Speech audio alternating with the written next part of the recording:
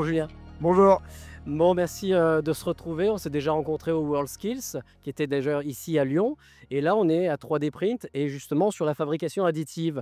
En tant qu'expert en fabrication additive, déjà, est-ce que tu pourrais nous parler un peu plus du procédé, puis en même temps nous donner petite idée de ton parcours? Alors moi, du coup, je m'appelle Julien Bajolet, je suis responsable du pôle métallurgie à l'AFPMA, pôle Ouais. formation de l'UMM de l'Ain. Pour aller tout de suite dans la partie 3D, donc moi, ça fait 20 ans que j'en fais d'un point de vue, on va dire, perso, D'accord. et un peu plus de 10 ans maintenant d'un point de vue pro. Donc j'ai commencé, on va dire, au centre technique de la plasturgie, à Oyonnax, qui s'appelle maintenant IPC, où j'étais responsable du service fabrication additive. Mhm. Et après, j'ai rejoint le centre de formation pour assouvir mes envies d'être près des jeunes, qui va donner du lien avec ce qu'on parlera d'après des WorldSkills. Ok, d'accord. Et donc justement, tu dis, ça fait 20 ans pour ton plaisir personnel et en même temps 10 ans sur le côté pro. Ça veut dire qu'il y a vraiment deux aspects dans la fabrication additive ou l'impression 3D. Je crois que c'est la même chose. Et vraiment, donc c'est vrai que c'est un des rares procédés déjà où on peut parler et au grand public pour cette partie justement de créer ou des choses de manière plus pour son plaisir personnel. Et en même temps, il y a vraiment des véritables applications industrielles. C'est ça, moi j'ai commencé un peu comme les makers, on appelle ça, donc c'était les Mhm. gens qui bricolaient des machines dans leur garage. Ouais, Moi pour l'histoire, j'ai toujours aimé la conception, enfin de créer des objets, créer des pièces, etc. Et en fait, quand j'ai découvert que j'avais un moyen de donner vie à mes conceptions en quelques heures, là ça m'a excité, quoi. Là, je me suis dit, il se passe quelque chose et là je peux faire quelque chose, quoi. Et du coup, l'impression 3D pour moi, elle est venue comme ça, c'était un moyen de créer les trucs que j'avais conçus. Et après, les machines dans les débuts des années 2000, c'était pas les machines qu'on a aujourd'hui. j'imagine que ça a énormément évolué. Ouais, là, à l'époque, en fait, on achetait des kits et on montait ça avec des bouts de bois et des tiges filetées. Ouais, Et l'idée, en fait, c'est ce qu'on appelait le modèle RepRap. Donc, on montait une machine qui tremblait dans tous les sens, on imprimait des pièces mhm. qui nous servaient à faire la machine d'après. Excellent. Donc, on démontait tout Ouais. et on remontait avec les nouvelles pièces qu'on avait fait. Et après, on remontait la machine, on pouvait faire des autres pièces. Ah ouais, donc c'est Donc, en fait, moi, c'était un peu les Lego 2.0, quoi. On va dire, c'était ma façon de construire des nouvelles choses, de faire enfin, voilà, de m'amuser avec ça. d'accord, parce que là, quand on voit ce qui se fait maintenant, c'est loin de ce que tu racontes. Là, maintenant, il y a des prix de machines où, en fait, c'est des prix de la tête d'impression qu'on achetait avant, quoi. Mmh. Et maintenant, on a une machine qui va 100 fois plus vite, plus performante, plus rapide. Enfin, tout est beaucoup mieux, mais bon, c'est normal, ça évolue, quoi. D'accord et donc voilà, la fabrication additive, c'est quelque chose qui a à peu près combien d'années? Premier brevet, 16 juillet 1984, C'est précis. de l'impression 3D. Ouais. Je fais de la formation, l'historique de la fabrication additive, donc déposé par 3 Français du Ouais, CNRS, d'accord. dont Jean-Claude André qui nous a malheureusement quittés début d'année là. Mmh. Voilà, pense à toi Jean-Claude. L'idée, c'est que voilà, il y a eu le premier brevet. 2 semaines plus tard, brevet américain sur la technologie de la stérolithographie. D'accord. Et derrière, tout s'est développé aux États-Unis et en Allemagne. D'accord, donc on est arrivé et après finalement on s'est dit: «Tiens, si on laissait partir le». Malheureusement, c'est quelque chose qui peut arriver assez régulièrement en France, je pense, Ouais, côté, voilà, on a les idées, mais il faut avoir les moyens de pouvoir les faire. toujours est-il que, voilà, depuis les années 80, on va dire l'image, le procédé existe, et cetera. Faut savoir quand même au départ, c'était uniquement créé pour l'exploration spatiale. D'accord, Parce qu'on se dit: «On veut partir explorer l'univers, on va pas pouvoir partir avec toutes les pièces de rechange dans la soute». d'accord, donc c'est pour cette partie-là qu'on s'est C'est voilà, développé. moi j'ai eu la chance de, voilà, de pouvoir parler avec, un des 3 qui a déposé le premier brevet Mmh. et l'idée de base, c'était ça. D'accord. C'était de pouvoir créer des pièces dont on savait même pas qu'on avait besoin quand on partait, quoi. D'accord et le principe même de l'impression 3D, c'est en gros, on amène de la matière, tout simplement, c'est très complexe, mais moi, c'est très simple, mais en gros, voilà, on conçoit, on va dire une pièce en 3D justement, avec des logiciels et derrière, on amène de la matière pour pouvoir justement la concevoir dans les moindres détails. Alors, on fait la conception adaptée aux différents procédés. Mmh. On a alors les grandes familles, c'est la fabrication additive, métal, polymère. D'accord? Après, il y a tout ce qu'il y a autour, comme l'impression 3D pour l'alimentaire, pour le béton, pour faire des maisons, et cetera. Mais globalement, quand on prend juste le métal et le plastique, qui sont les technos les plus connus, il y a une vingtaine de technologies. D'accord. Donc Ah oui. parfois, on amène la matière, on la fait fondre et on la met en forme. Parfois, on a de la poudre et c'est un laser ou de la colle qui vient agglomérer tout ça. Mmh. Donc voilà, ça dépend vraiment des Ah technologies donc qu'on va avoir. très, très vaste. C'est ça. OK, d'accord. Et après, pour l'histoire, regarde la différence entre, fabrication additive et impression 3D, c'est la même chose, ça reste de l'addition de matière Mmh de mh. par couches successives. Par contre, quand je parle avec mes stagiaires que je forme dans l'industrie, je parle de fabrication additive, par exemple polymère, et quand je parle avec ma maman, je lui dis: «Je fais de l'impression 3D plastique». C'est cette variation finalement qui fait presque ça. Il y en aura un qui serait plus un terme professionnel alors que l'autre serait C'est ça, plus grand public. exactement, D'accord. moi, c'est la différence là que je fais, voilà. C'est plus le côté, est-ce qu'on est sur du pro? Est-ce qu'on fait des figurines ou est-ce qu'on fait des pièces d'avion, quoi?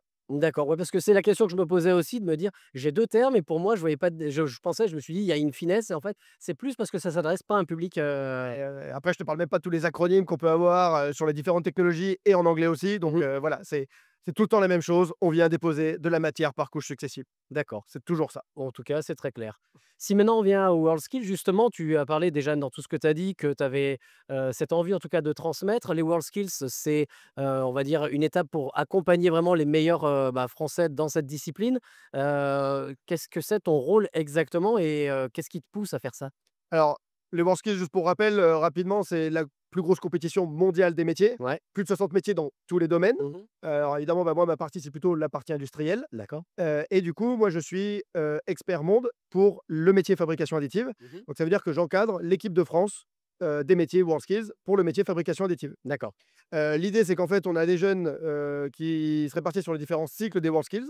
C'est des cycles sur 2 ans où on a les sélections régionales. Ouais. Le meilleur de chaque région va à la compétition nationale. Mhm. Et assez souvent, le meilleur de la compétition nationale se retrouve à la compétition mondiale. C'est D'accord. en tout cas ce qui s'est passé à la 47e avec Raphaël, Ouais, exact. qui a fait champion de France et qui est ensuite allé au mondial pour faire vice-champion du monde. C'est ça. D'accord. Donc en gros, voilà. Et toi, donc tu es là pour on va dire, les former, les accompagner. C'est ça. Et Alors, c'est du début. en tant qu'expert, on a, on va dire, 3 grands rôles. Mhm. Le premier, c'est de coacher des jeunes. Ouais. On les entraîne, on prépare l'entraînement, on prépare les événements, on prépare les sujets. Mhm. La deuxième, c'est qu'on est juré. C'est qu'en fait, chaque jeune en compétition pendant les WorldSkills vient avec son juré national. Et on est coach, mais on note aussi tous les autres. Oui, c'est ce que j'avais vu quand on était venu justement à Lyon et C'est ça. c'était ça, Donc où on a aussi des formations pour être capable de juger. Ouais. bons juges, parce que le but, c'est de récompenser le meilleur de la compétition. On espère que ce sera le nôtre, mais voilà. En étant bien sûr toujours très, très, Et déjà, on signe tout ça et l'engagement, il est absolu. Mmh. C'est que l'impartialité, l'équité, surtout. Ouais, Le fait que tout le monde ait les mêmes chances. C'est pour ça que dans les WorldSkills, dans la compétition, tout le monde a le même matériel, tout le monde a le même PC, tout le monde a le même logiciel. Il n'y en a pas un qui aura un PC plus simple, plus avancé, un logiciel qui sera plus performant, une machine qui sera plus rapide. Tout le monde est sur le même pied d'égalité et c'est pareil dans les notations. Donc, comme je disais, donc les 3 grandes parties, c'est le coach, la partie jurée mmh, et la partie, on va dire chef de projet. d'accord. Parce que du coup, on gère l'équipe de France, donc où est-ce qu'on va aller s'entraîner? Donc typiquement avec, Raphaël, on était parti en Corée du Sud, chez Samsung. Ouais. Donc voilà, c'est des petits voyages, Ouais, entre guillemets «qui s'organisent». ouais. Et puis, ça, c'est une des beautés des WorldSkills, c'est que quand on est parti en Corée du Sud, on est parti à 4 métiers. Mmh. On est parti avec les gens de la conception, de la fabrication additive, donc on va dire les 2 de l'industrie ou Ouais. assez proches. Et puis on est parti avec, les coiffeurs et les pâtissiers. Excellent. Donc ça, c'est des trucs, voilà, il y a que les WorldSkills où, on peut avoir une délégation avec des pâtissiers, des coiffeurs et des gens qui font l'impression Ouais, 3D, on mixe vraiment tout le monde. Ouais, c'est génial. c'est tous les métiers et c'est ça vraiment la beauté, c'est qu'au final, l'équipe de France, même si on fait des métiers complètement différents, je veux dire, j'ai pas beaucoup d'atomes crochus d'un point de vue technique avec les maçons Mmh. ou avec les bouchers. Ouais. Encore que les bouchers, quand on voit des gens, imprimer, des fois, ça peut ressembler, mais par contre, on partage la même passion de coacher les jeunes, de transmettre, d'accompagner, la compétition, enfin, Ouais, il y a ça de toute façon, compète, c'est hein, ça, ouais. on veut gagner, quoi. Ouais, donc en fait, ouais, c'est quelque chose qui est envie parce que je pense que ça t'habite aussi et finalement tu aimes transmettre, C'est ça. toute cette passion et quand à chaque fois que j'en vois, soit tu fais super bien ton boulot, soit ils l'ont déjà, mais c'est incroyable comme ils Alors, sont tous, l les WorldSkills, j'avais un collègue, alors je sais pas si on a le droit de le dire, mais il appelle ça un filtre à c'est-à-dire que dès que tu arrives dans les WorldSkills, finalement, tu te retrouves avec des jeunes qui sont motivés. Tout est bénévole en ouais. France, hein. Mmh. Il y a des pays où ils payent, mais en France, c'est bénévole. On n'a pas d'argent. Donc, Mais et tous ceux qui sont là, que ce soit les jeunes, les coachs et les autres, on est tous bénévoles et on a tous juste envie d'être là, quoi. bah, j'imagine Donc, parce que tout le monde est motivé, tout le monde partage les mêmes volontés, les mêmes passions, les mêmes valeurs, en fait. mmh, Et moi, ce que je dis souvent maintenant, les WorldSkills, c'est pas, c'est plus un hobby, c'est une nécessité. C'est ah ouais. que c'est pas que je me dis: «Ah, peut-être je vais y aller ou quoi», c'est que quand on est dans l'équipe de France là, rien que de dire ça me fait un peu de frisson. Ouais, On est avec 60 jeunes frisson un peu. on est avec 60 jeunes motivés, gentils, qui donnent tout pour leur métier et ils gagnent pas un rond. Je veux Mmh. dire, ils font ça juste parce qu'ils sont motivés, qu'ils ont envie. Et c'est des gars qui sont polis, qui sont gentils. Enfin, moi je dis toujours, ça me redonne foi en l'humanité, quoi. On met souvent malheureusement en avant des jeunes, qu'on devrait pas, ou aux infos, on parle rarement des trucs, super bien, alors que tu as, plein de jeunes partout dans le monde d'ailleurs, qui sont motivés, qui ont envie, qui donnent tout pour leur métier, pour mettre en avant leur pays, et cetera. Et c'est ces jeunes-là qu'il faut mettre en avant, donc il faut absolument pousser ça. Ça tombe bien, c'est le projet qu'on a sur ces c'est pas mal, puisque ouais, à partir de l'école, de la rentrée prochaine, on aimerait bien justement mettre en avant ces jeunes talents et aller directement, bah, dans les collèges parce que c'est à partir de 4e, 3e qu'on a besoin de faire découvrir ces métiers qu'on connaît Alors, jamais. je peux vous dire un truc, nous, on est enfin, 4e pour moi, on sait déjà si on veut être, cosmonaute ou, danseur Mmh. ou vétérinaire.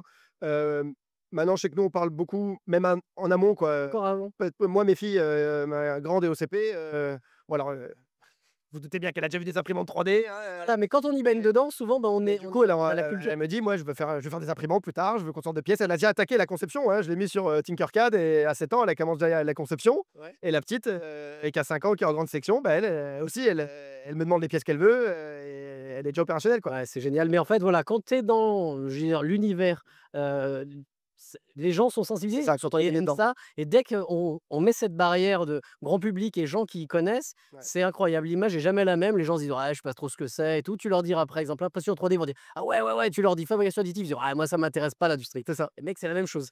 D'accord. Donc ouais, voilà, il en faut pour tous les goûts, hein, de toute Ouais. façon. Parce que, pour en revenir sur ce côté, maker, perso et pro, Mmh. avec la fabrication additive, tous les makers, qui commencent vont peut-être aller dans le pro. C'est-à-dire Oui, parce qu'en fait, ça commence comme une c'est passion, porte comme un hobby, d'entrée, et voilà. cetera, et en fait, ils disent: «Bah, je vais peut-être en faire un métier», ce qui est plus ou moins mon cas. Ouais.